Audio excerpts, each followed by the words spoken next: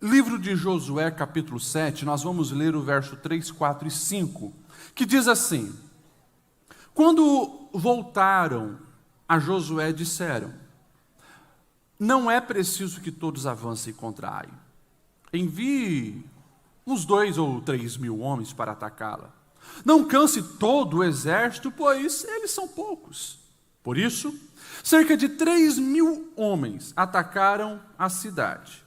Mas os homens de Ai os puseram em fuga, chegando a matar 36 deles. Eles perseguiram os israelitas desde a porta da cidade até Sebarim, e os feriram na descida.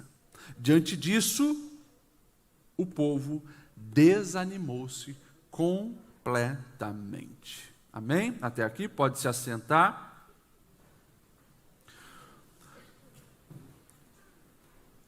Eu quero iniciar essa reflexão com uma pergunta bem simples.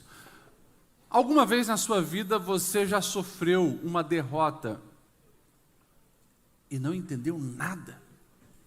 E não entendeu por que sofreu aquela derrota? Todos nós, nas nossas batalhas de vida, temos vitórias e derrotas.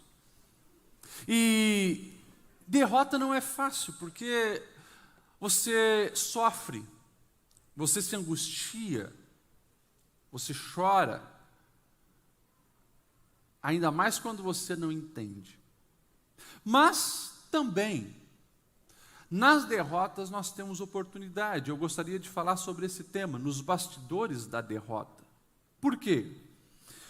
No meio de uma derrota que gera um sofrimento, nós temos ali uma oportunidade de tirarmos lições preciosas para a nossa vida. Esse texto mostra isso de uma maneira bem clara. Nós estamos ali em Josué 7. E se você pega o relato bíblico do livro de Josué, você consegue ter dimensão como essa derrota foi uma derrota dolorida, foi uma derrota constrangedora, foi uma derrota amarga. E claro, precisava gerar alguns aprendizados. Se você pega Josué capítulo 1, você vê Deus confirmando o chamado na vida de Josué. Moisés, o grande líder, morreu. O povo, depois de ter, a gente sabe, os 40 anos caminhando no deserto, os adultos e o exército que era pronto para a guerra fica no deserto, mas uma outra geração está vindo e agora é Josué, o escolhido por Deus para tirar então o povo, agora no meio do deserto, e colocar dentro da terra prometida. Josué aparentava, quem sabe, pela maneira que Deus fala com ele, uma insegurança: será que eu vou dar conta? E daí Deus se manifesta e diz: eu estarei contigo por onde você for. O teu papel é obedecer os meus ensinamentos, faça cumprir aquilo que eu passei ao meu servo Moisés, e eu estarei contigo. Vai dar certo, Josué. E ele então toma posse daquela palavra. E nós vamos ver ele liderando o povo. Ele manda agora os espias à primeira grande cidade. O grande desafio era a cidade de Jericó. Uma cidade fortemente murada, uma cidade bem protegida, uma cidade que lá atrás talvez era uma das que assustou o povo de Israel, mas agora ele está convicto. E ele está em sintonia com o Senhor. O que é para fazer? Manda espias, e nós conhecemos a história. Os espias, eles são meio que descobertos, e na fuga eles entram na casa de uma prostituta chamada Raabe, que acolhe eles. Por quê? A fala dela, e depois você pode ver lá no capítulo 2, a fala dela é: todos nessa cidade sabem quem são vocês. Nós estamos morrendo de medo. Todos estão apavorados, sabemos o que o Deus de vocês fez no Egito. Sabemos o que Deus de vocês fez com o exército de Faraó lá no Mar Vermelho. Nós estamos apavorados, então eu faço um pedido. Eu vou guardar e esconder vocês aqui, mas preserve a mim e a minha casa. É feita então aquela aliança com Raabe, e nós vamos ver que assim acontece. Aqueles homens são protegidos, e eles pedem: quando nós viermos aqui para destruir a cidade, que esteja então essa corda aí vermelha, para nós sabermos o que é para preservar, e assim ocorre. Eles trazem o relato para Josué. Josué sabe que agora todo o povo de Jericó está com medo, e o exército de Deus então agora está pronto para a guerra. Mas antes, Deus queria deixar de uma maneira clara, revelada, que assim como era com a geração que saiu do Egito, Deus ia na frente, abriu o Mar Vermelho, Deus era com aquele povo. O que acontece? Quando eles vão atravessar o Rio Jordão, Deus, do mesmo jeito que fez lá no Mar Vermelho, 40 anos atrás, faz agora diante deles. O Rio Jordão se abre e todos eles passam a pé enxuto. Daí Josué diz: peguem pedras, 12 pedras, uma representando cada símbolo, que está no fundo aí do rio, vamos levar para construir um altar. E nós vamos, nesse memorial, mostrar para todas as gerações o que Deus fez antes e o que Deus está fazendo também nesse tempo. E aí Josué, capítulo 4, vai falar desse memorial das pedras. Depois, ele faz um levantamento e percebe que esses 40 anos que o povo ficou no exército, os homens não foram marcados com a marca lá que Abraão fez a aliança com Deus, a circuncisão. Então todos os homens em Gilgal passam pela circuncisão. E agora então eles vão para Jericó, e o capítulo 6 vai falar justamente disso, a derrota de Jericó. É uma narrativa. Quando a gente fala que isso é uma guerra, parece piada. Por quê? Porque a orientação de Deus é: não peguem as catapultas, não peguem as armas afiadas, não. O que vocês vão fazer? Vocês vão pegar trombetas. A arca, durante 7 dias, vai dar a volta na cidade. No 7º dia, 7 voltas. Então, só no 7º dia vocês vão gritar. Você imagina isso, né? Gente, guerra, naquele tempo, você tem que ter estratégias, escadas, catapultas para derrubar os muros de uma cidade. Como assim? Os muros vêm abaixo, o povo entra e invade. Mas Deus, até nas guerras e nas conquistas, Deus tinha dado algumas diretrizes muito importantes. Uma das diretrizes que o Senhor deu, uma instrução que Deus deu, está lá em Josué capítulo 6, verso 17 ao 18, a cidade, com tudo o que nela existe, será consagrada ao Senhor para destruição. Olha a orientação. Todo o povo sabe disso. Somente a prostituta Raabe e os que estão em sua casa serão poupados, pois ela escondeu os espias que enviamos. Mas fiquem longe das coisas consagradas, não sejam destruídos. Deus está dando orientação. Está bem claro, não tem dúvida. Não peguem nada. Nós vamos destruir tudo. Poupem a Raabe, e o ouro que for saqueado é da casa do Senhor. Não peguem mais nada. Mas o que acontece é que alguém quer dar uma despertinho diante do Senhor. Comete um pecado e não fala nada. E daí nós entramos no capítulo 7. E o capítulo 7 vai dizer então que Josué lhe manda alguns espias para uma cidade pequenininha. Eles estavam lá em Jericó, lá embaixo. Uma cidade pequenininha chamada Ai. Ei, dá uma espiada. Como é que é aquela terra? O texto bíblico vai dizer que era uma cidade pequena. Somando a população daquela cidade, era em torno de 12 mil pessoas. Daí, imagine 12 mil pessoas com mulheres e crianças. Pouquíssimo guerreiro. O espia chega para Josué e diz: olha, o povo já está cansado, né? Então vamos fazer o seguinte: 2 ou 3 mil soldados, a gente arrebenta com tudo lá. Tranquilo, fácil, 2 toques. 2 ou 3 mil, ele prefere, né, a maioria. Então 3 mil, e manda 3 mil soldados para Ai. E os homens de Ai botam para correr o povo de Israel. E ainda matam 36 homens do povo de Israel.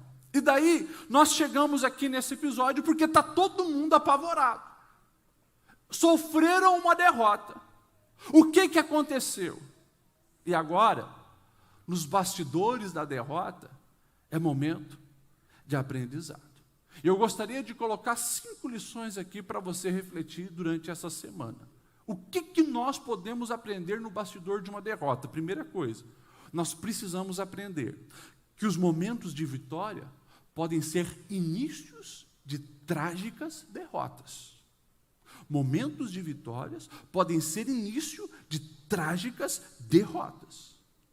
O pecado que entrou em Israel nesse momento iniciou como? Numa grande vitória, uma excepcional vitória.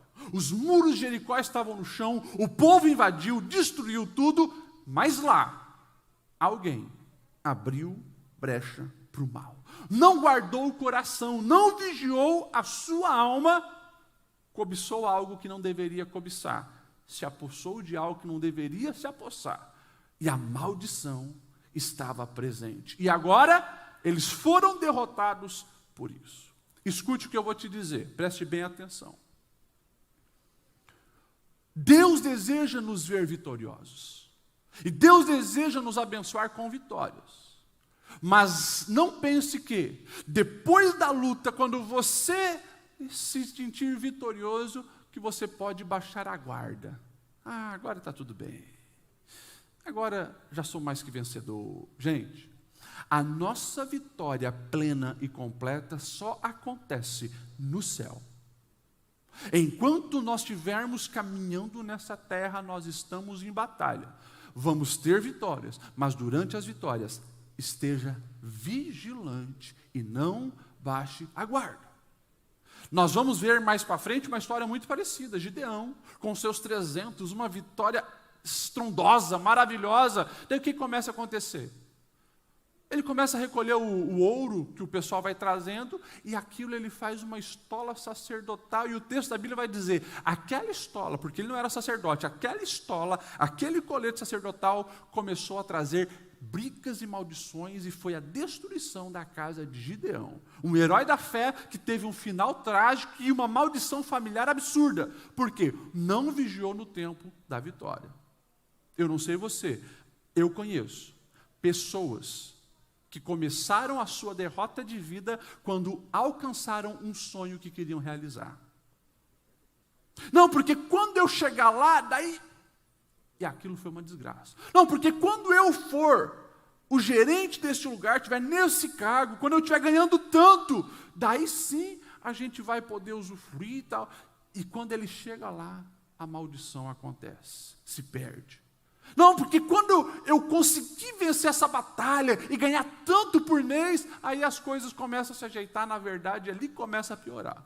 Porque parou de depender de Deus, subiu para a cabeça, começou a abrir mão da família, a esposa que pelejou com ele a vida toda, de repente é colocada de lado, porque está andando com um carrão melhor, atraindo outros olhares, e aí começa derrotas. A primeira lição que nós olhamos para esse texto precisamos ter é essa. Os momentos de vitória podem ser inícios de trágicas derrotas. Então, vença sim, mas sempre com vigilância, sempre com cautela, sempre obedecendo ao Senhor, sempre dependendo de Deus, para que a sua vitória não se transforme em uma derrota. Amém? Segunda lição que nós podemos aprender nos bastidores de uma derrota. Nós precisamos aprender que lamentar faz parte, mas não gera soluções. Lamentar, sofrer, se abater, faz parte, é uma consequência lógica. Você está angustiado, você perdeu algo importante, mas isso não vai gerar soluções. O texto da palavra de Deus vai dizer no verso 5 ali do capítulo, diante disso o povo desanimou completamente. Já parou para pensar nessa palavra? Um desânimo completo. Mas você imagina, o Rio Jordão se abriu, né? Vamos para a guerra, os inimigos estão com medo, os muros de Jericó caem, faz uma vitória assombrosa, de repente eles perdem para um exércitozinho de poucos homens. O que está acontecendo? O coração do povo foi dominado pelo desânimo, e desanimou também quem? O próprio líder. Josué, se você ler o relato ali, a partir do verso 6 ao 9, você vai ver um Josué assim muito abatido. Ele diz assim: então Josué, com a autoridade de Israel, rasgou as vestes, prostrou-se de rosto em terra diante da arca do Senhor, cobrindo de terra a cabeça, e ali permaneceu. E disse então ao Senhor: soberano Senhor, por que fizeste o seu povo atravessar o Jordão? Foi para nos entregar nas mãos dos amorreus e nos destruir? Antes nos contentássemos em continuar no lado do Jordão. Que poderei dizer, Senhor, agora que Israel foi derrotado por seus inimigos? Os cananeus e os demais habitantes dessa terra saberão disso, nos cercarão e nos eliminarão. O que farás então pelo teu grande nome? Olha só o camarada desanimado, prostrado. E daí, nesse momento, é muito importante nós estarmos em sintonia com os céus. Porque Deus sempre vai dar um recado. E o recado que Deus dá, está ali no verso 10, Josué 7,10. O recado que Deus dá para Josué, ele diz assim: levanta-te, levanta-te, por que você está aí prostrado? Depois pega esse versículo, imprime e coloca lá na tua casa. Porque de vez em quando a gente precisa desse chacoalhão do Senhor. A gente entra numa vida de derrota crônica, parece. A gente se esquece de tudo que o Senhor já fez. E em vez de procurarmos as soluções, a gente só começa a lamentar o problema. Porque agora, Josué já estava aqui imaginando, não, agora todo mundo vai saber do que aconteceu. Eles vão vir para cima da gente e vão eliminar, Senhor, todo o seu povo, olha só. E daí Deus é enfático: ei, levanta-te, porque você está aí prostrado. Talvez, você que está aqui hoje, você tenha passado por algumas derrotas, e você permitiu que um desânimo crônico dominasse a sua alma. Você só reclama, você só murmura, você só chora, você só lamenta, você se apaixonou pelo problema. Em nome do Senhor Jesus, ouça o que Ele te diz. Para com isso. Chegou o momento de levantar. Deus tinha muitas bênçãos para Israel ainda. Por isso, começa pelo líder: levanta, porque tem coisas importantes para fazer e solucionar esse problema. E a partir disso, a gente vê que o ambiente começa a mudar. Lá no Novo Testamento, Jesus vai contar a história do filho pródigo, e você conhece. Lucas 15. Sai, faz um monte de coisa errada, fica no fundo do poço vendo uma porcaria de vida. Mas o texto diz assim: caindo em si, ele se tocou, ele percebeu o que tinha feito. Daí ele começa a planejar uma solução e ele se levanta. E o texto diz: levantando-se, ele voltou para o seu pai e falou: pai, pequei contra os céus, contra... Você imagina se aquele menino ficasse falando: agora estou aqui, no meio dos porcos, fiz um monte de besteira da vida. Parou de lamentar e buscou uma solução. E o próximo passo é justamente esse. A próxima lição que nós precisamos aprender nos bastidores da vida. É preciso identificar o problema e solucionar.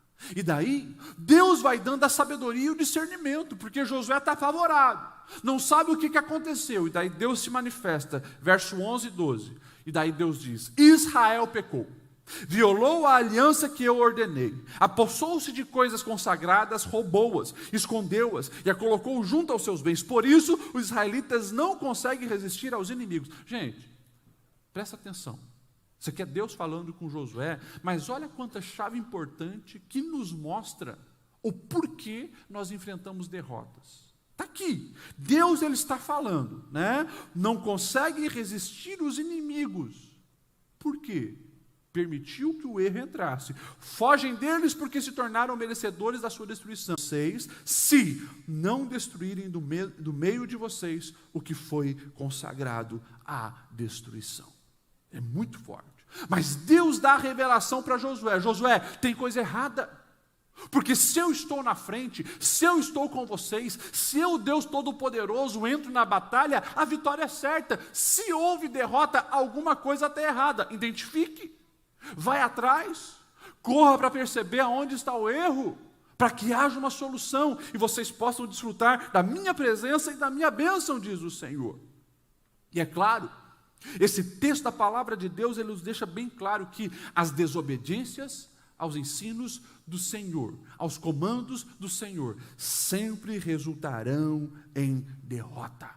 Meus irmãos, aonde há desobediência aos ensinos do Senhor, a derrota por quê? Muito simples, Deus se afasta.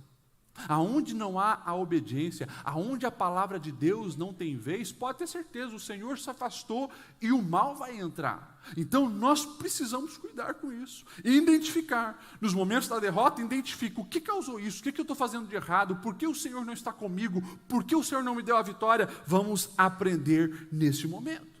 E daí então eles vão agora identificar. E daí Josué faz passar todo o povo. E Deus então vai dizendo qual é a tribo, qual é o clã, qual é a família, quem é a pessoa, e cai lá num homem chamado Acã. E daí então Acã revela, de fato, quando nós invadimos Jericó, eu vi lá uma capa maravilhosa aos olhos, uma capa da Babilônia. Eu vi prata e eu vi uma barra de ouro e meu coração se apegou naquilo. E daí eu levei para a minha barraca, eu escondi debaixo lá, está lá escondido. Josué manda as pessoas ir lá, acham, trazem, e Acã agora vai sofrer as consequências.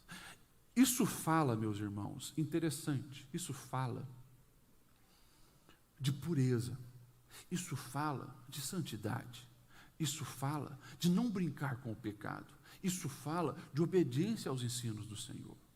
Quando nós permitimos que algo entre na nossa vida, sendo que aquilo o Senhor já deixou bem claro, não deve entrar, é pecaminoso.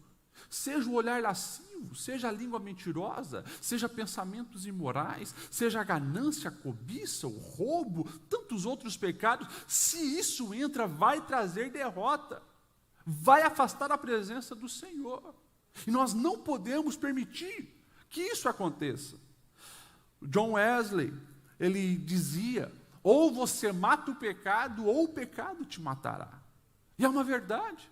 Nós precisamos olhar para a nossa alma no espelho da palavra e dizer, Senhor, eu preciso de mudança nisso.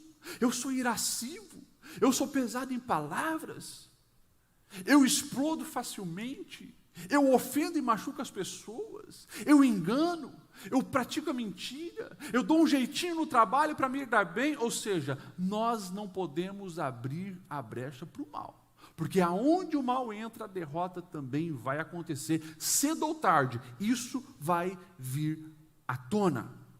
E claro, como nós vimos aqui, o mal que você escolheu não afeta somente você. Nós temos uma nação de milhões de pessoas prejudicadas.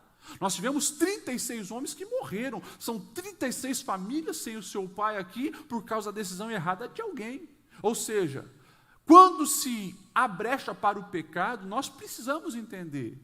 Não apenas nós somos afetados, mas aqueles que estão ao nosso redor são afetados. Por isso, precisamos vigiar e guardar o nosso coração. E Deus agora é muito enfático, né? Pune Acã, ele tem que morrer. E ele e a sua família acabam morrendo por causa disso. Nossa, pastor, mas não tinha misericórdia naquele tempo? Tempo de obediência à lei, constituição de uma nação.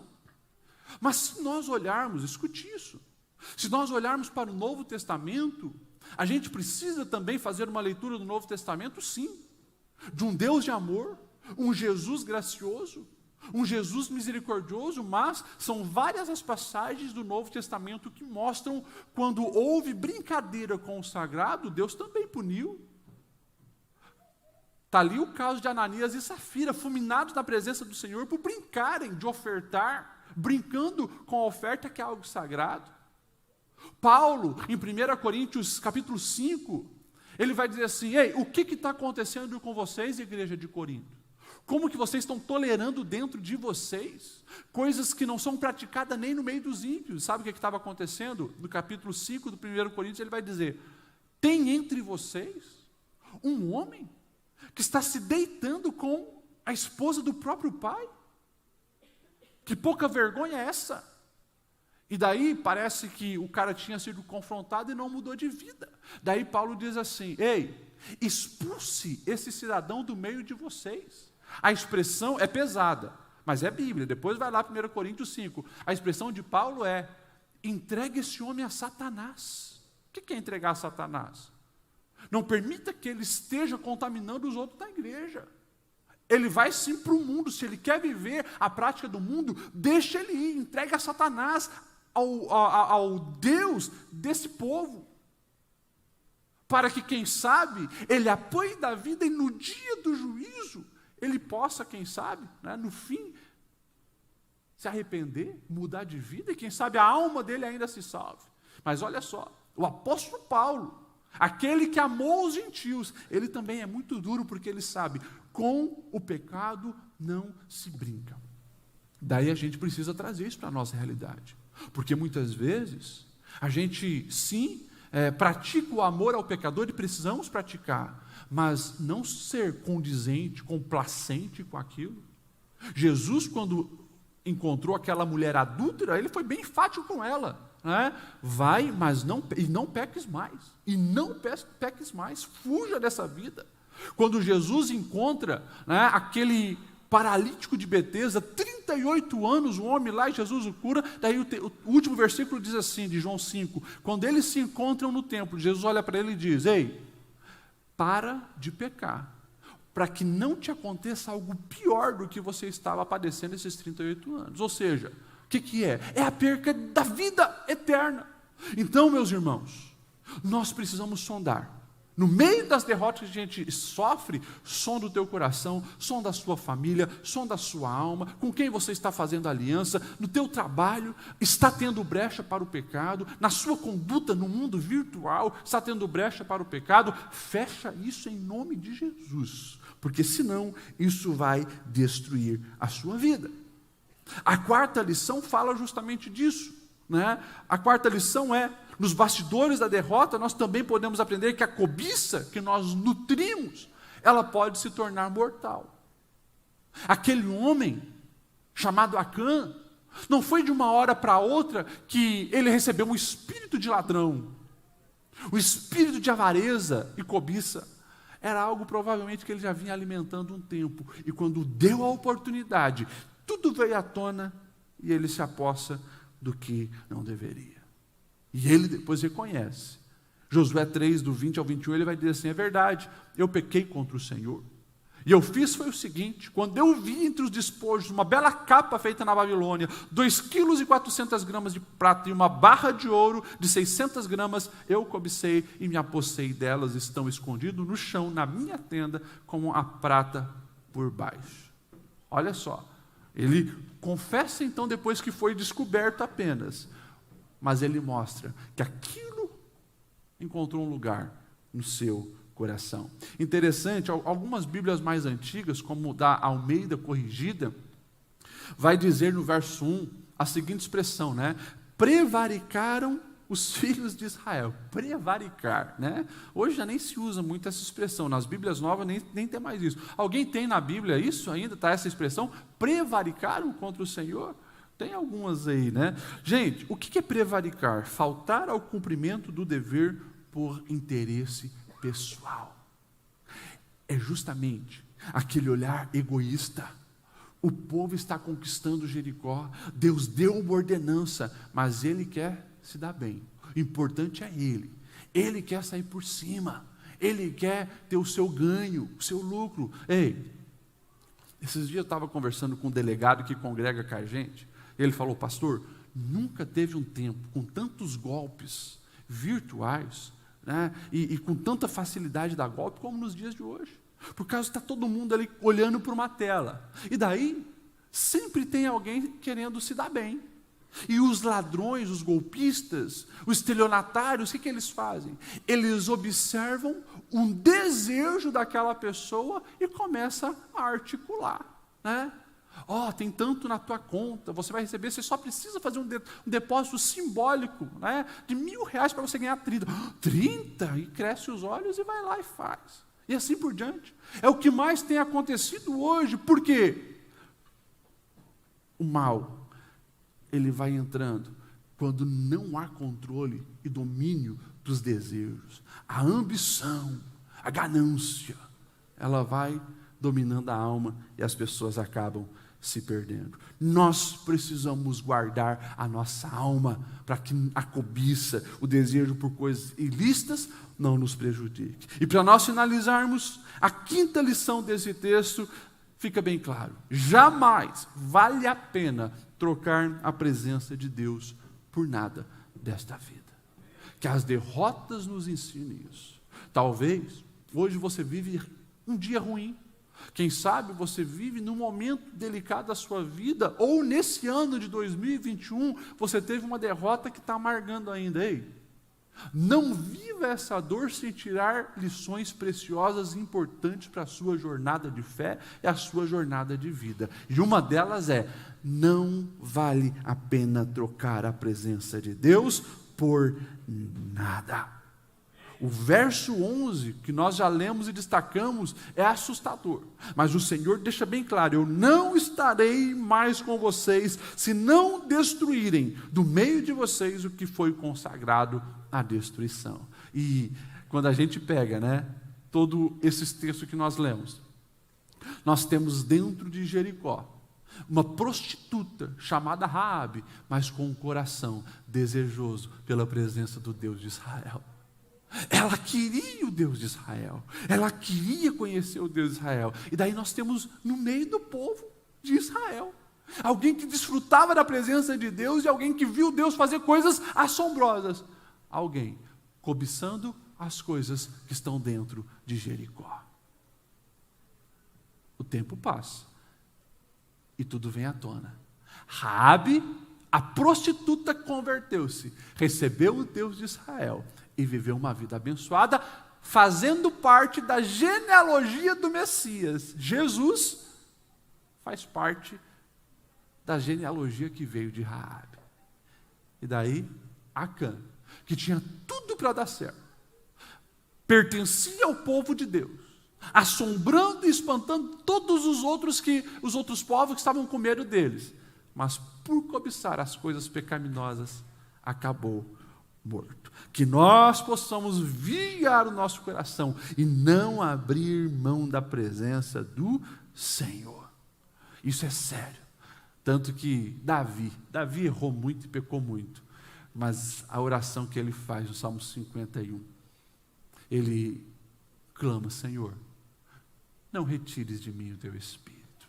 Não retires de mim o teu Espírito. Por quê? Porque ele sabe que nada é mais precioso do que o Espírito Santo de Deus. E como que finaliza isso, pastor Lediel? Nós vamos ver então no Josué capítulo 8. Eles eliminam o pecado, aquilo que foi saqueado, agora é destinado ao templo, às coisas do Senhor. Provavelmente aquela capa foi queimada, enfim, deram um jeito, resolveram o problema. Acã está morto. Agora, vamos para a guerra. Vamos ver o que vai acontecer. E o texto diz que eles desbaratam e destroem toda a cidade de Ai.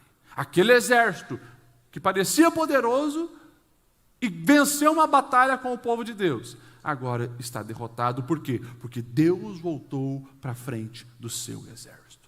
O que isso tem a ver com a gente, pastor Lediel? Como eu falei, olha para as derrotas da vida que você já padeceu e sofreu, com um olhar pedagógico, de uma forma pedagógica, que nós possamos aprender lições. Os bastidores de uma derrota são escolas preciosas, para nós corrigirmos a nossa vida e melhorarmos. E eu não estou falando aqui de macros derrotas, estou falando de micros derrotas. Quem sabe, no teu casamento você vive dias ruins, e você está desanimado e sofrendo derrotas no teu casamento. Esse é o tempo de você refletir, de você analisar, de você identificar os problemas e viver um novo tempo. Corrija os erros e se supere. Talvez na tua vida financeira, profissional, familiar, nos teus relacionamentos, identifique. Coloca tudo isso diante do Senhor, porque o desejo de Deus é ver o seu povo prosperando, avançando, crescendo e vencendo. E se você é povo de Deus, tome essa palavra no teu coração, porque grandes coisas ainda vão acontecer. Aquilo que Deus tem reservado para você não vai cair por terra, se você valorizar a presença dele.